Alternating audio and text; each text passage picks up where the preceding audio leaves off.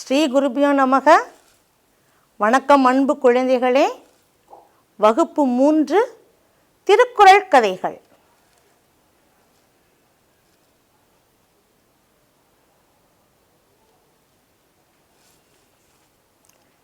இவரை பார்க்குறீங்க இல்லையா? யாருன்னு உங்கள் எல்லாருக்கும் தெரியும். நம்ம எல்லாருக்கும் தெரிந்தவர் தான். யார் இவர்? திருவள்ளுவர். சரி, இந்த திருவள்ளுவர் தான் திருக்குறளை இயற்றியுள்ளார். சென்ற வருடம், அதாவது போன வருஷம்லாம் பார்த்தீங்கன்னா, நமது பள்ளியில் வழிபாட்டு கூட்டத்தில் நாம் தினமும் திருக்குறளை சொல்லுவோம். உங்கள் எல்லாருக்கும் ஞாபகம் இருக்குன்னு நினைக்கிறேன், யாரும் மறந்துருக்க மாட்டீங்க. அந்த திருக்குறள் பற்றி தான் இப்போ நாம் படிக்க போகிறோம். திருக்குறள் சொல்லி இருப்பீங்க, உங்கள் எல்லாருக்கும் திருக்குறள் பற்றி தெரியும். அதில் என்ன கருத்துக்கள் சொல்லியிருக்காங்க அப்படிங்கிறத இன்னும் கொஞ்சம் நாம் தெளிவாக படிக்க போகிறோம்.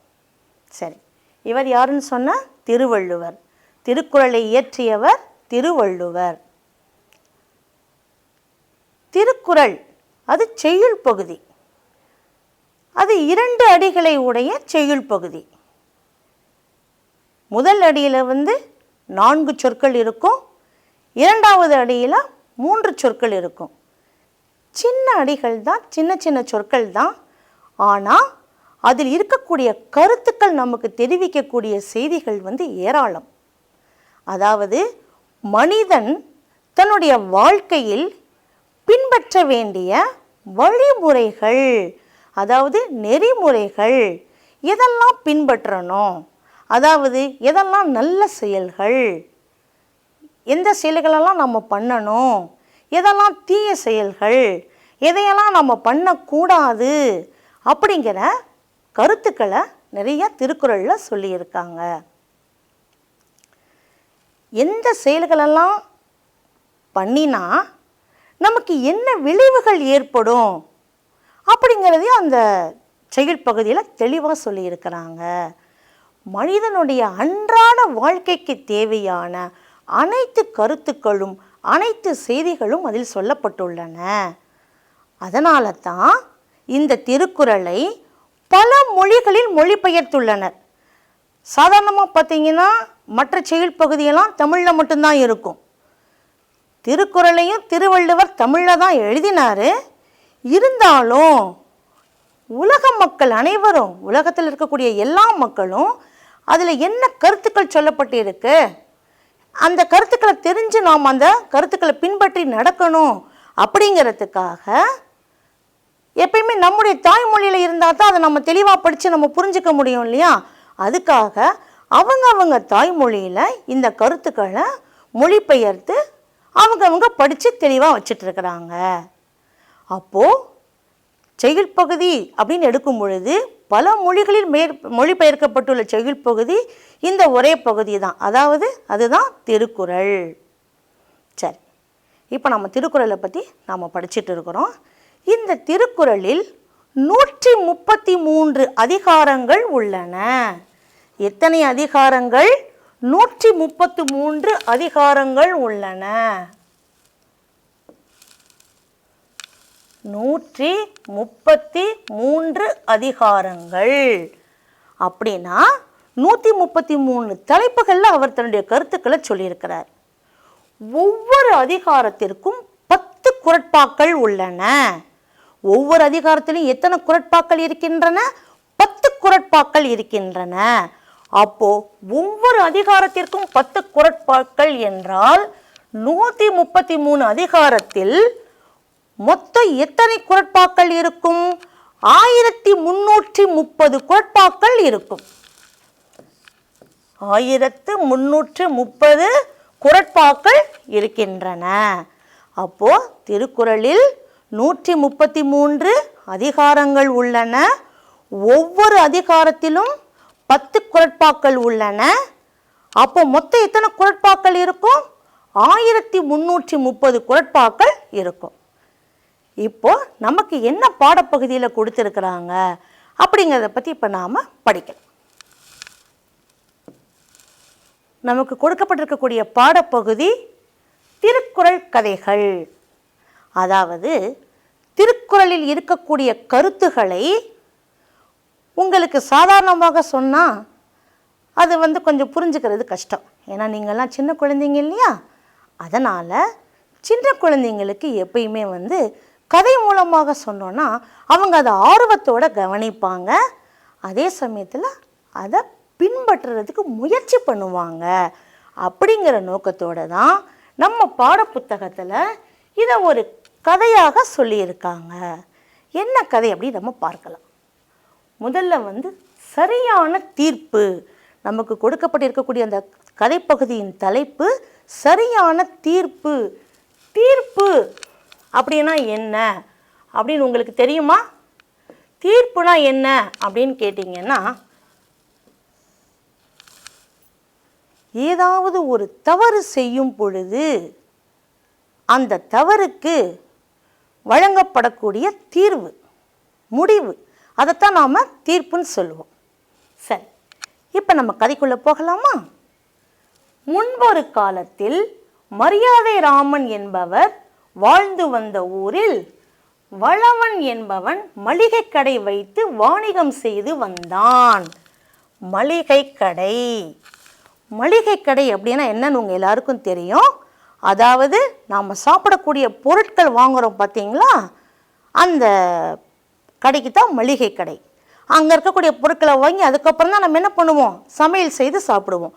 அப்போ நாம் சமைக்கிறதுக்கு தேவையான பொருட்களை வாங்கக்கூடிய கடைக்கு தான் என்னன்னு பேர், மளிகை கடை அப்படின்னு பேர்.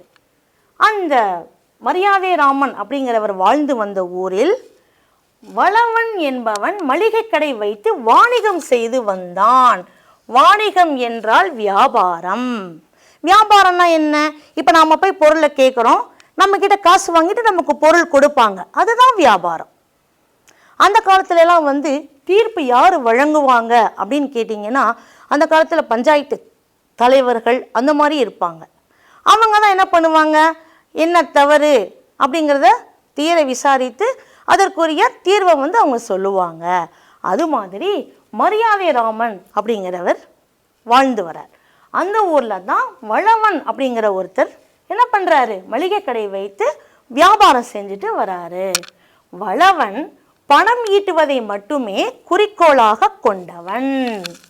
பணம் ஈட்டுவதை, ஈட்டுவதுன்னா சம்பாதிப்பது, பணம் சம்பாதிக்கிறத மட்டும்தான் இந்த வளவன் குறிக்கோளாக கொண்டிருந்தார்.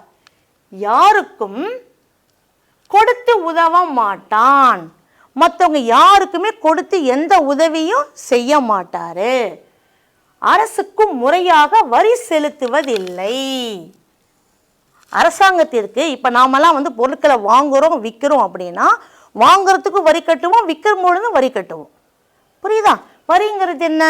ஆங்கிலத்தில் சொல்லப்போனால் டேக்ஸ் அப்படின்னு சொல்கிறோம் இல்லையா, அதுதான் வரி. அப்போது நாம் எல்லாருமே, இப்போ கூட நாம் எல்லாருமே நம்முடைய அரசாங்கத்திற்கு நம்ம என்ன பண்ணுறோம், வரி கட்டிகிட்டு இருக்கிறோம். நம்ம வாங்குகிற சம்பளத்துக்கு, வாங்குகிற பொருளுக்கு, எல்லாத்துக்குமே நம்ம வரி கட்டிகிட்டு இருக்கிறோம். அதே மாதிரி அந்த காலத்தில் என்ன பண்ணுவாங்க, அரசருக்கு வரி செலுத்துவாங்க. ஆனால் இந்த வளவன் என்ன பண்ணுவார், பணம் சம்பாதிப்பாரே தவிர யாருக்கும் கொடுத்தும் உதவ மாட்டார். அதே மாதிரி என்ன பண்ண மாட்டார், வரி கட்டவும் மாட்டார்.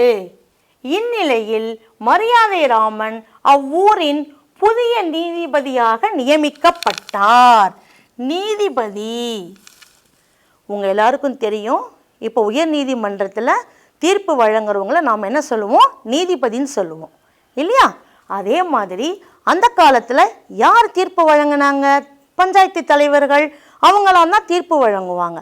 அவங்களத்தான் அந்த காலத்தில் என்ன சொன்னாங்க, நீதிபதி அப்படின்னு சொன்னாங்க.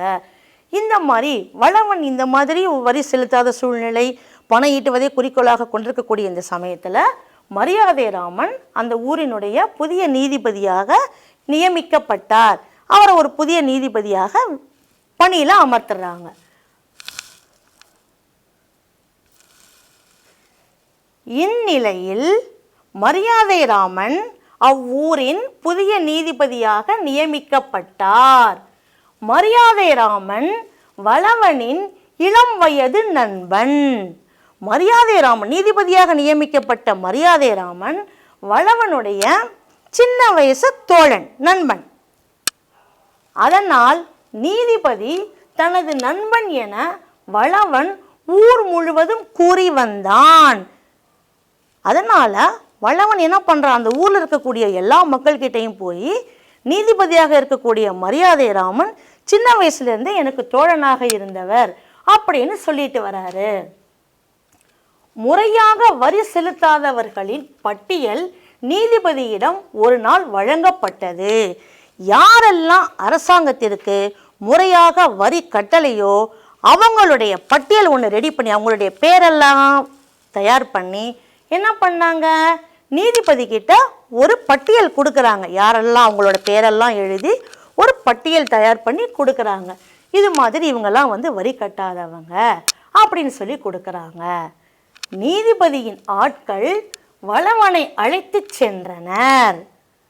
அப்போ நீதிபதியோட ஆட்கள் அப்போ என்ன பண்ணுவார் அவர், நீதிபதி யாரெல்லாம் கட்டலையோ அவங்கள போய் கூட்டிட்டு வாங்க, நான் விசாரிக்கிறேன் அப்படின்னு சொல்லுவார் இல்லையா. அப்படி சொல்லும் பொழுது நீதிபதி கூட இருக்கிற ஆட்கள் என்ன பண்ணுறாங்க, வளவனை கூட்டிட்டு வராங்க. நீதிபதி தனது நண்பன் ஆயிற்றே தனக்கு தண்டனை தரமாட்டார் என எண்ணியவாறே மகிழ்ச்சியாக சென்றான் வளவன். நீதிபதி சின்ன வயசுலேருந்தே எனக்கு நண்பன், அதனால் எனக்கு எந்த தண்டனையும் அவர் தரமாட்டார் அப்படின்னு சொல்லிட்டு ரொம்ப மகிழ்ச்சியாக சந்தோஷமாக நீதிபதியை பார்க்கறதுக்கு வளவன் போகிறார். வளவனின் நண்பன்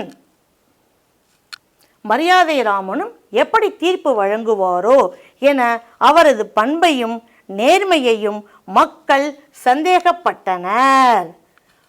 மரியாதை ராமன் வளவனோட நண்பனாக இருக்கிறதுனால தீர்ப்பு சரியானதாக இருக்குமோ இல்லையோ அப்படின்னு மக்கள் எல்லாரும் என்ன பண்ணுறாங்க, மரியாதை ராமன் மேலே ஒரு சந்தேகம் வருது எல்லாருக்கும்.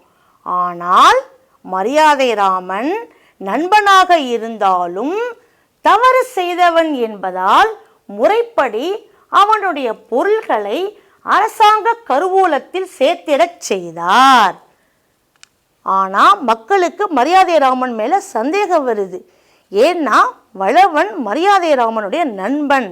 அதனால் இந்த வழக்கில் அவர் எப்படி தீர்ப்பு வழங்குவார், அந்த தீர்ப்பு முறையானதாக இருக்குமா சரியானதாக இருக்குமா அப்படின்னு மக்கள் சந்தேகப்பட்டாங்க. ஆனால் மரியாதை ராமன் என்ன பண்ணுறாரு, தவறு செய்தவன் தன்னுடைய நண்பனாக இருந்தாலும் என்ன பண்ணிட்டாரு, அவனுடைய பொருட்களை அரசாங்க கருவூலத்தில், அதாவது கருவூலம் அப்படின்னு சொல்லும் பொழுது கருவூலம் அப்படின்னா என்னன்னு கேட்டிங்கன்னா, அரசாங்கத்தினுடைய பணம், அரசாங்கத்தின் உயரிய பொருட்கள் அதையெல்லாம் இந்த கருவூலத்தில் தான் வச்சுருப்பாங்க, சேமித்து வச்சுருப்பாங்க. இப்போ நமக்கு கூட அரசாங்கம் பார்த்திங்கன்னா நிறைய உதவிகளை செய்கிறாங்க, சாலை போடுறாங்க. இந்த கொரோனா காலத்தில் நமக்கு இலவசமாக நிறைய பொருட்கள் எல்லாம் கொடுத்தாங்க. அதெல்லாம் என்ன பண்ணுவாங்க, எங்கேருந்து எடுப்பாங்க, இந்த கருவூலத்திலேருந்து தான் எடுப்பாங்க. அதாவது அரசாங்கத்துக்கு நம்ம வரி கட்டுறோம் இல்லையா, அந்த பணம், அரசாங்கத்தின் உயர்வான பொருட்கள் அதையெல்லாம் ஒரு இடத்துல சேமித்து வச்சுருப்பாங்க. அந்த இடத்த தான் நம்ம என்னன்னு சொல்கிறோம், கருவூலம், லாக்கர் அப்படின்னு சொல்லுவோம் இல்லையா. அந்த இடத்துல சேர்த்து வச்சுருப்பாங்க. அப்போது என்ன சொல்கிறாரு மரியாதை ராமன், வளவனுடைய கட்டாத வரி பணம் அந்த பொருட்களெல்லாம் என்ன பண்ணணும், அரசாங்க கருவூலத்தில் போய் சேர்ந்துடணும் அப்படின்னு சொல்கிறாரு. அடுத்தது, மேலும் வளவனுக்கு 6 மாத கடுங்காவல், இங்கே வா விடுபட்டு போயிருக்கு, நம்ம போட்டுக்கலாம். மேலும் வளவனுக்கு 6 மாத கடுங்காவல் தண்டனையும் வழங்கி உத்தரவிட்டார். கட்டாத வரி பணத்தை அந்த பொருட்களை கொண்டு போய் அரசாங்க கருவூலத்தில் சேர்த்துடணும்னு சொல்லிட்டாரு. அது மட்டுமல்லாமல் செய்த குற்றத்திற்காக, செய்த தவறுக்காக என்ன பண்ணாரு, 6 மாத கடுங்காவல் தண்டனை, கடுமையான சிறை தண்டனை. சிறை தண்டனை அவங்க எல்லாருக்கும் தெரியும், பிடிச்சி ஜெயிலில் போடுறதுன்னு சொல்கிறாங்க இல்லையா, அந்த தண்டனை வழங்கி உத்தரவிட்டார். சரி, இங்கே பாருங்கள், இவர் தான் மரியாதை ராமன். வளவன் என்ன பண்ணிட்டாரு, அரசாங்கத்துக்கு வரி கட்டாமல் ஏமாற்றிட்டார் இல்லையா, அவரை மரியாதை ராமனோட ஆள்கள் என்ன பண்ணியிருக்கிறாங்க, ஆட்கள் கூட்டிகிட்டு இங்கே விட்டுருக்கிறாங்க. அவர் அந்த வழக்கை விசாரிக்கிறார். சரி,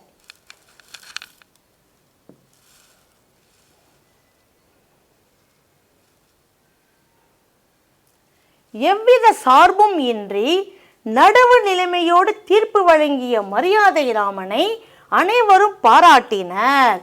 எந்தவித சார்பும் இல்லாமல், அதாவது தன்னுடைய நண்பன் அப்படிங்கிறதுக்காக எந்தவித சலுகையும் தராமல் சரியான தீர்ப்பு வழங்கிய மரியாதை ராமனை அனைவரும் பாராட்டினர். நடுவு நிலைமையோடு, நடுவு நிலைமை அப்படின்னா என்ன அர்த்தம்னு கேட்டிங்கன்னா, குற்றம் செய்தவங்க யாராக இருந்தாலும் பரவாயில்லை, நம்ம சொந்தக்காரவங்களாக இருக்கலாம், நம்ம பெத்த பிள்ளைங்களாக இருக்கலாம், நம்முடைய அம்மா அப்பாவாக இருக்கலாம், கூட பிறந்தவங்களாக இருக்கலாம், யாராக இருந்தாலும் என்ன பாரபட்சம் இல்லாமல் அவர்கள் செய்த குற்றத்திற்குரிய தண்டனையை வழங்குவது தான் நடுவு நிலைமை. நம்ம சொந்தக்காரவங்க, நம்முடைய நண்பன், நமக்கு தெரிஞ்சவங்க அப்படிங்கிற பாகுபாடே அங்கே இருக்கக்கூடாது. பாகுபாடு இல்லாமல் தீர்ப்பு வழங்க வேண்டும். அதுதான் நடுவு நிலைமை. நீங்கள் இப்போ உயர் நீதிமன்றத்திலலாம் நீதிபதி உட்கார்ந்துட்டு இருப்பார். அவருக்கு கீழே பார்த்தீங்கன்னா ஒரு நீதி தேவதை சிலை ஒன்று வச்சுருப்பாங்க. அந்த சிலையோட கண்ணை கட்டி வச்சுருப்பாங்க. கையில் ஒரு தராசு சமமான அளவில் இருக்கும். எதுக்காக அது வச்சுருக்காங்க அப்படின்னா, கண்ணையே கட்டி வச்சுருக்கிறாங்க அப்படின்னா, குற்றவாளிகள் யாரும் தப்பிச்சிடக்கூடாது.